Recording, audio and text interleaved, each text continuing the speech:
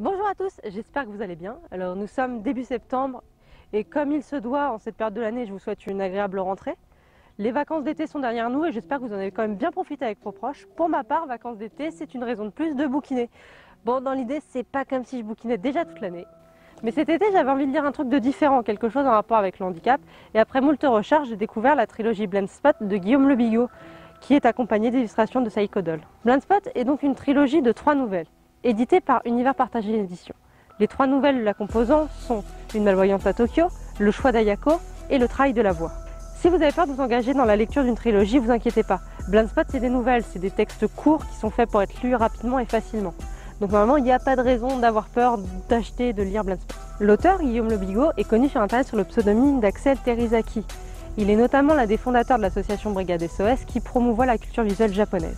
Il a aussi un blog, Medorando, où il chronique divers mangas et animés.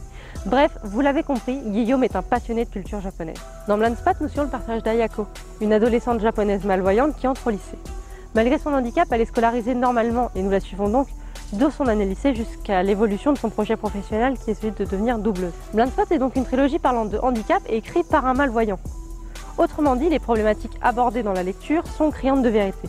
Et il y a de fortes chances que, comme moi, certains souvenirs d'adolescence et de vie étudiante vous reviennent. Dans son œuvre, l'auteur a fait le choix de mettre en scène un personnage malvoyant et non non-voyant. Il est vrai qu'auprès du grand public, la déficience visuelle est assez mal connue et on a tendance à nous imaginer comme des personnes n'y voyant strictement rien. Or, le personnage d'Ayako peut envoyer des SMS, utiliser un ordinateur, lire un manga. Par contre, elle utilise une canne blanche pour se déplacer et un monoculaire pour distinguer des choses plus clairement. C'était le seul désavantage que je pouvais trouver au fait d'avoir une canne blanche avec moi. Les gens pensaient que je n'y voyais rien et partaient donc du principe que j'étais aveugle et que je ne pouvais pas lire.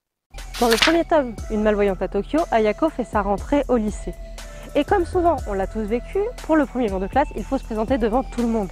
Et là se pose une petite question délicate. Est-ce qu'il faut, oui ou non, évoquer son handicap?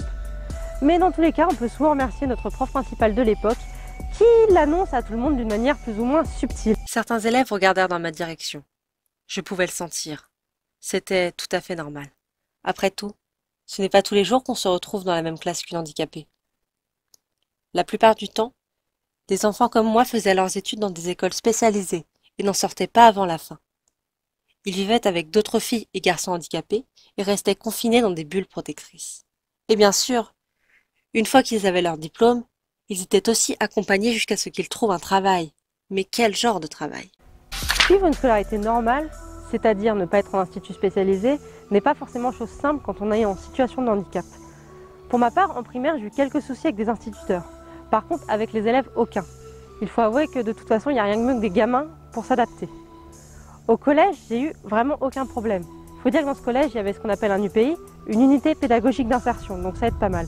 Au lycée, j'ai eu quelques problèmes avec des profs de sciences, que j'apprécie largement, mais c'est en MFR, en maison familiale et rurale, que j'ai eu le plus de problèmes pour m'adapter. Parce que dès le début d'année, on m'a fait clairement comprendre qu'une personne handicapée n'avait pas sa place dans ce milieu-là. Mais il faut dire qu'on était une classe assez particulière et qu'on se jaugeait tous les uns les autres. Et comme tout le monde, j'ai fait mes preuves, tout le monde a trouvé sa place et en fin d'année, on était vraiment un groupe très soudé. C'est au début de ma scolarité en MFR que j'ai donc eu quelques soucis de jalousie avec mes camarades, un peu comme le personnage d'Ayako. On me reprochait d'avoir des tiers-temps et quelques aménagements par-ci par-là. En règle générale, j'ai toujours eu quelques petites réflexions, même au collège, mais ça tenait plus de l'humour. Mes camarades me proposaient leurs yeux contre mon tiers-temps, par exemple. C'était assez mignon, on va dire ça comme ça. Absolument. Et je ne suis pas la seule à être lassée de tous ces professeurs qui sont à tes pieds et qui font tout pour ton bien-être. Surtout quand on sait que tes occupations en cours consistent à jouer et à dormir derrière l'écran de ton ordinateur. Ce qui est drôle, c'est que quand on est étudiant, on a ce genre de réflexion, mais une fois adulte, on en a d'autres.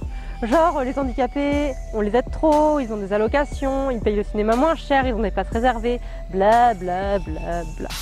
Ayako vit à Tokyo, dans une ville monstrueusement grande, et elle doit prendre régulièrement les transports en commun. Là-bas, ne pas avoir de permis n'est pas vraiment un problème puisque tout le monde se déplace quasiment en transport en commun. Par contre, les gares sont tellement grandes et blindées qu'elle ne peut pas être autonome seule et doit forcément être accompagnée, sous peine de se perdre. La silhouette de Karen était facile à repérer. Sa taille et les rubans qu'elle avait dans les cheveux la distinguaient du reste. La foule était dense et allait dans tous les sens, mais je réussis à la suivre jusqu'au train. Je supposais qu'elle avait dû se rendre compte que je la suivais et qu'elle essayait de se frayer un chemin à travers la gare également. J'essayais de me rapprocher d'elle avant de la regarder de haut en bas une fois à portée de ma vue. 2 fois. Cette Karen-là portait un jean et un pull rouge sous un gros manteau. Ce n'était pas ma Karen du tout. J'entendis alors le train se mettre en marche et annoncer sa destination. Donc, Ayako va perdre de l'acuité visuelle. Alors déjà que de base, elle voyait pas grand-chose, je vous laisse imaginer la galère.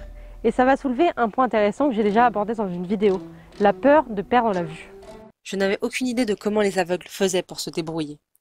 Je considérais cela comme étant au-dessus de mes forces. Je me considérais comme à part, comme non aveugle. Malvoyante, c'était un peu ça. Un statut bâtard, difficile à faire reconnaître. Moi, je voulais rester du côté des gens qui voyaient, même peu. Comme je vous le disais, j'ai pas mal de points communs avec le personnage d'Ayako, et comme elle, j'ai connu cette phase de panique. Bon, j'étais plus jeune, mais du jour au lendemain, j'ai dû être opérée sans vraiment comprendre les enjeux. Je devrais en faire une vidéo. Blindspot aborde aussi un autre point que je trouve très intéressant qui concerne tout le monde, handicap ou non.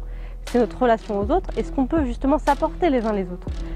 Parce qu'il est vrai que quand on est en situation de handicap, on dépend des autres, de nos amis, pour des choses très simples. Alors qu'est-ce qu'on peut leur apporter, nous, personnes en situation de handicap, qui vaille la peine d'être amis, de notre amitié, etc. De l'amitié véritable, des amis véritables. Non mais si, ça passe. Si le message passe, c'est bon.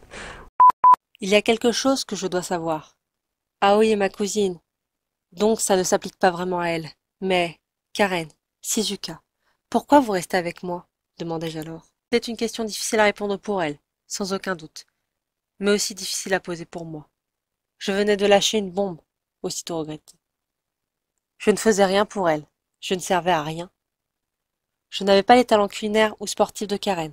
Je n'avais pas les merveilleuses mains de Shizuka, capable de coiffer quelqu'un comme personne d'autre, ou son esprit de compétition si flamboyant.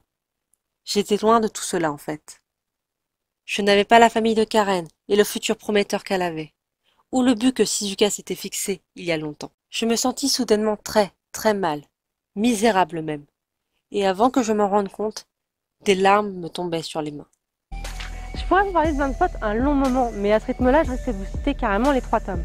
Dans tous les cas, c'est une trilogie que je recommande parce qu'elle sensibilise au handicap et elle permet de découvrir le Japon avec un autre regard. Par ailleurs, je vous invite dans l'espace commentaire à me dire si vous aimez ou non ce genre de lecture et les livres que vous pouvez me conseiller. Et aussi me dire ce que vous aimez voir, du moins lire, dans ce genre de lecture. Quand ça parle de handicap, les thèmes qu'il faudrait aborder, les termes à ne surtout pas aborder d'après vous. Sur ce, c'est la fin de cette vidéo. C'était un tournage très compliqué. Je déteste ce tournage. Je hais ce tournage.